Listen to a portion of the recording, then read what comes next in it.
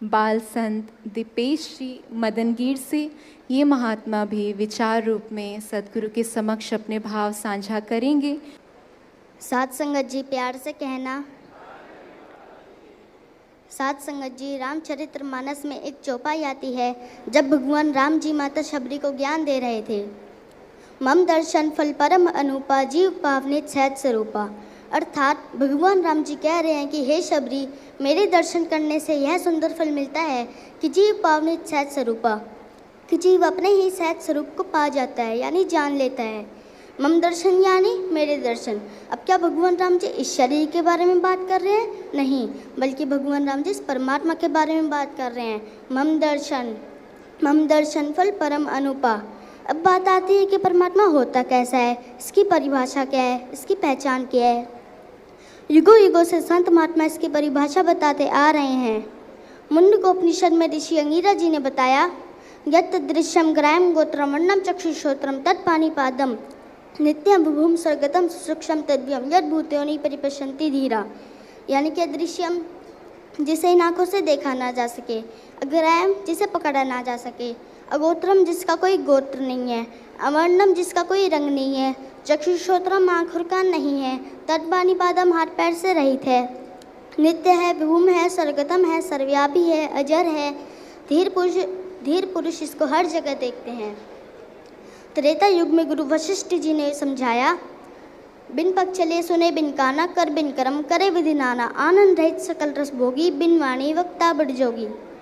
यानी इसके हाथ नहीं है तब भी सारे काम कर रहा है, इसके कान नहीं है तब भी हम सबकी बातें सुन रहा है, इसके पैर नहीं है तब भी हर जगह चल रहा है, इसकी आँख नहीं है तब भी हम सबको देख रहा है, इसका मुंह नहीं है तब भी सारे रस भोग रहा है।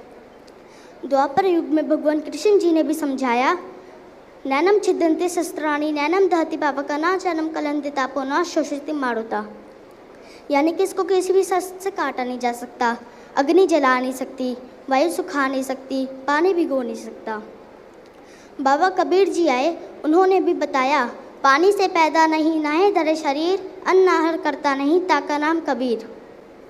गुरु नानक देव जी ने भी फरमाया, नाए टुट्टे ना मन लगे नाए जले न जाए, धनसु मानस नान का जो गल चले पाए। और साथ संगत जी अवतार वाणी में बाबा अवतार सिंह जी महाराज भी बता रहे हैं, निरंकार व भुनु जे कर समझो हर था हाजर ना सरे, ऐसे दी है खलकत सारी एक खलकत द कादरे। आज इस खुले परांगण में आवाज़ दी जा रही है और जिस किसी के भी कानों में आवाज़ जा रही है वो एक बार ये विचार ज़रूर कर ले कि जिसकी आप पूजा करते हो, जिसकी आप भक्ति करते हो, क्या ऐसे परमात्मा को आपने देख लिया है जो हर समय हमारे साथ रहता है, एक पल भी हमसे जुदा नहीं है। आज तक किसी ने भी इस परमात्मा को पूजा पाठ जब तब से नहीं पाया है और चाहे कितना भी जतन कर लो, इस सर्वव्यापी को प्राप्त नहीं कर सकते। केवल एक ही रास्ता है इस परमात्मा को देखने का, वो है सदगुरु। सदगुरु माता सुदीक्षा जी महाराज की मुझ पर कृपा हुई तो इनकी कृपा से खुली आँखों से और बंद आँखों से इस सच्चिदानंद परमेश्वर के दर्शन कर रहा हूँ। जब मुझ जैसा छोटा बच्चा इस सर्वव्यापी को इनकी कृपा से देख सकता है तो आप भी इनकी शरण में आकर इस रमे राम को देख सकते हो, जान सकते हो, प्राप्त कर सकते हो।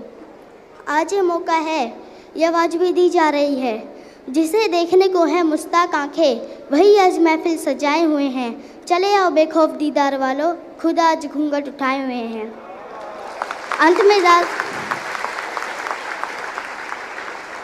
अंत में दास यही अरदास करेगा, सदगुरु माता जी और सत्कार योगराज पिताजी के चरणों में सेवा, सिमरन और सत्संग करते हुए इस जीवन को परोपकार में लगाते रहें।